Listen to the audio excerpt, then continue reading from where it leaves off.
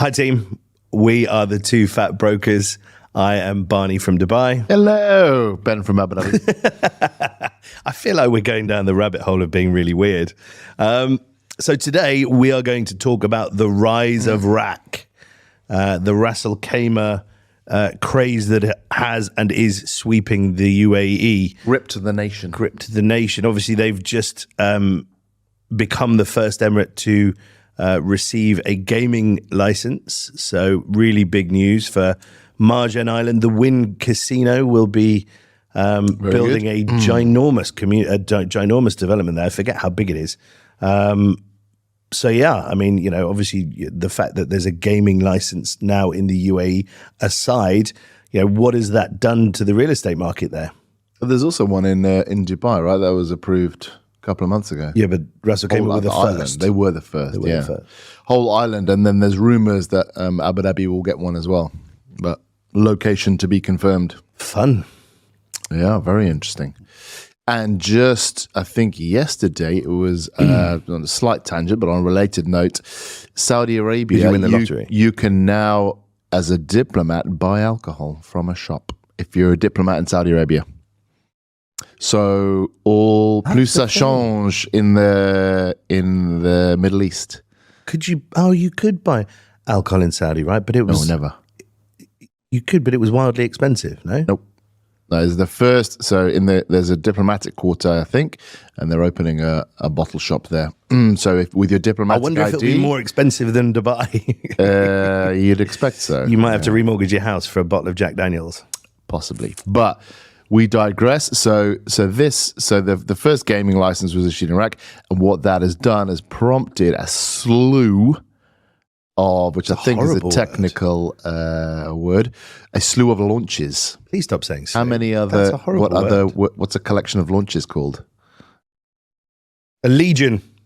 A legion of launches. Well, they have been legion. Emaar, Ellington, Aldar, to name but a few, have launched off-plan projects on Marjan Island and its surrounds, I think. Yep. We're uniquely placed to talk about this because for 3 months every year for the last 5 years, our mother has the mothership. She's one of our 2 viewers. She'll be watching this. She comes to the UAE. She's going to land in a week and a half to avoid English winter, and she stays on Marjan Island in the Pacific Building. Is that what they call it? Let's not give away her address. Yeah, we're not going to give away her address. Yes, Pacific. And so we go up there a lot. We drive up Marjan Island, and right now, I think the last time we went there were maybe 3 hotels on it, but it's a massive island, completely empty virtually. It's the last time last year, right? Must have been, yeah. Yeah. Yeah, we go to the Double Tree brunch. That's pretty good. Other brunches are available. No, there aren't. That's the only brunch.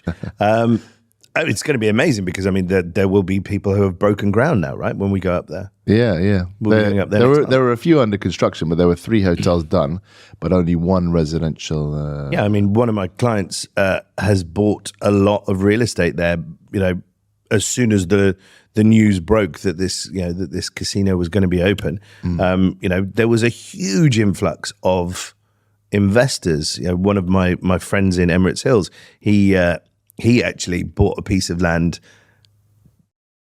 a couple of days before the news broke. Insider trading much? I think it's just a good hunch. Yeah, clever guy. Good hunch.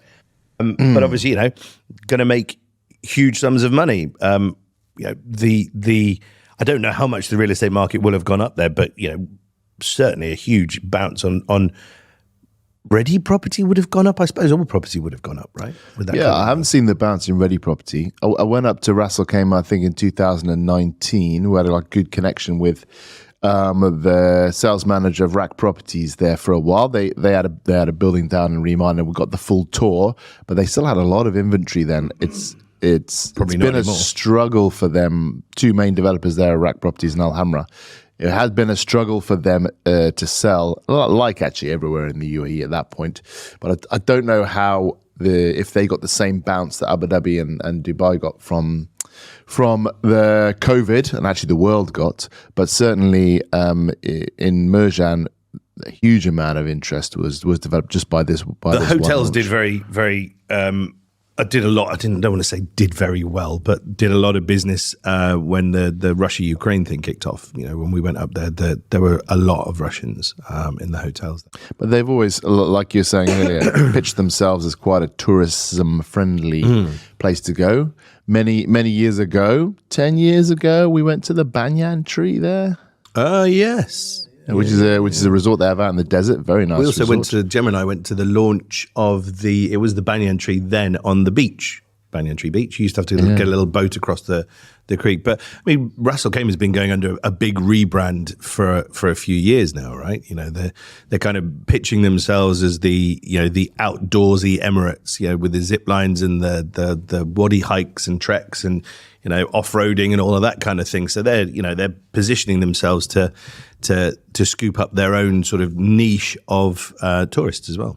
So then how does that translate to real estate? So Aldar launched 2 buildings, Nikki Beach and Rosso Bay, I think they're called. One of them was communal garden apartments, and the other one was a fully furnished, kind of fully kitted out to be Airbnb apartments. And I think that was clearly aimed at, you know, the people who might be going there to do a bit of gaming, because if you're an emirate, let's think, you know, and you're focused on tourism, you're going to attract employees, people who are going to work there, but it's not going to be a huge amount of people. So you're really going to get a focus that's going to be more on the Airbnb side. This Wynn Casino is ginormous. It'll have huge amount, thousands and thousands of staff. Yeah, but those staff are like, you know, they won't be living on apartments on Merjan Island. They'll be living, you know, somewhere more economical, I would imagine. So Ajman. Yeah, Ajman. Other Emirates are available. And so there will be obviously a massive Airbnb thing, but obviously people will also be launching hotels because they're expecting, you know, this influx of tourism. How much? I mean, even a casino, how much can that really move the needle on real estate? Certainly, it's the hype's massive. I mean, I think also the fact that, as you just mentioned, alluded to, that Abu Dhabi is possibly going to get its gaming license. Dubai already has. All of a sudden, you know, that great big cherry on the cake has been joined by 2 other big cherries. And 2 other big cherries with international airports, like right there. Yeah. Whereas Ras Al Khaimah maybe has an international airport, but it's not going to have the same kind of reach. Microlights, maybe. So you're really going to have to make the effort to go there.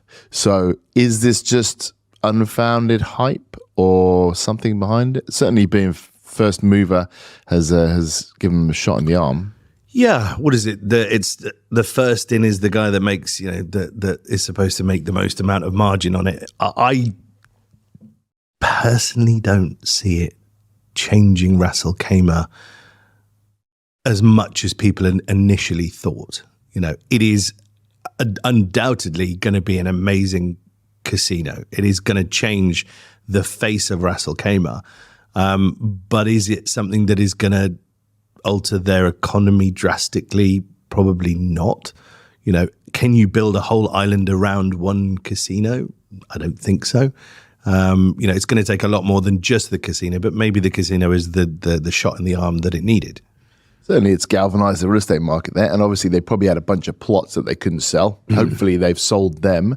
Can't imagine you can buy a plot on that island now. Yeah. So a lot of people are seeing a lot in it, but when I first heard about it, I thought, okay, great, but it's one casino, so you're going to get some employees living there, but in the end, to really have like a booming real estate business, you need permanent residents, particularly the size of that blooming island. You're going to have a battle of the casinos, aren't you? Because, you know, there's going to be big business. And Abu Dhabi, if they get theirs, Dubai have theirs, Ras Al Khaimah have theirs. Who's going to be the one to go to? You know, with Vegas, you've got them all in one place, but these are going to be, you know, hundreds of kilometers apart. I mean, Dubai's got the infrastructure and the population. Dubai's the best.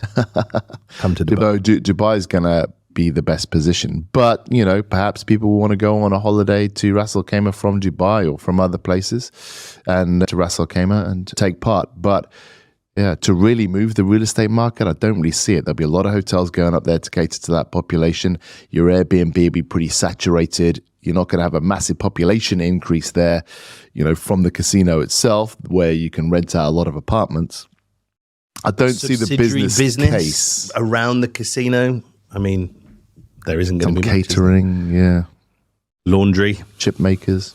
I don't know. chip make. Oh, Yeah, Deep that's all I know. fat That's all I know about casinos. They use chips. Oh, nice. Yeah, and so there's a lot of hype, and it's an incredible stepping stone, I think, for the Emirates to embrace something like that. And same way, Saudis that embracing that stepping stone of their first alcohol shop in terms of opening up the economy and doing that extra to promote tourism. But I'm not sure tourism moves the needle on for real estate all that much. Business is better. true. Yeah. True. And it goes back to one of the other podcasts we had about golden visas, getting people in for 10 years, getting them to open their businesses here, getting them to stay here, invest in the country and be part of the UAE, not just kind of passing through. So let's go back to the beginning of Dubai. Dubai was originally a pearl farming. Not farming, diving. Farming was what the Japanese did. Grew up around. So business was really the initial driver behind Dubai, and then it became holidaymakers. It became tourism, and then it's definitely now obviously leaned massively back into industry. Industry, I mean, business more. Business. I mean, Abu Dhabi's making a push now for manufacturing. I don't know how competitive the UAE can be in that, but so Dubai's big one is Dubai ports, and obviously all the businesses in the free zones and stuff like that is what makes it money, and SALIC tolls and speeding fines and stuff like that, and real estate transfer fees. Those are the big drivers, which Dubai must be doing great out of, and soon to be now corporate taxation. Yeah, although I don't think we get billed for a year and a half, not till the middle of next year. So we're going to save some money for corporate tax to pay our corporate tax. Yeah, right. Yeah, because you'll calculate on the whole year, and then you'll have 6 months to then pay it. So it won't be until middle of 2024 that we pay our first corporate tax. We should do another podcast about tax. You'd love that. Boring. So excited right now. Sharpening his pencils. Yeah. So look, going back to Ras Al Khaimah, I think it is a huge shot in the arm for the real estate market, like you've said. Long term, it will be very good. I think the hype has been hyped.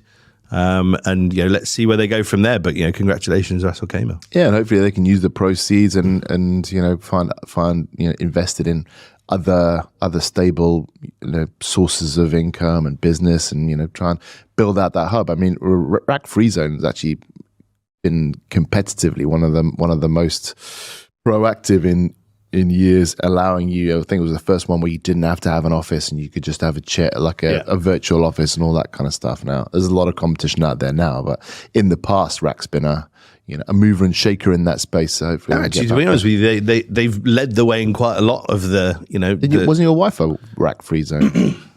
She's a person. Lady, visa holder, something like that. Which is freelancing. Yeah, she did, when she had a design company. Yeah. She was. No, she was. Who's the company that set up companies for you? VirtuZone. She was VirtuZone, but then they put her her company in RAK. Okay. Yeah. Anyway, that has been our take on Ras Al Khaimah, the rise of RAK. We have been two fat brokers. I have been Barney, still am Barney, from Dubai. I still am Ben from Abu Dhabi. Good to see. Thank you for joining us. See you next time. Bye.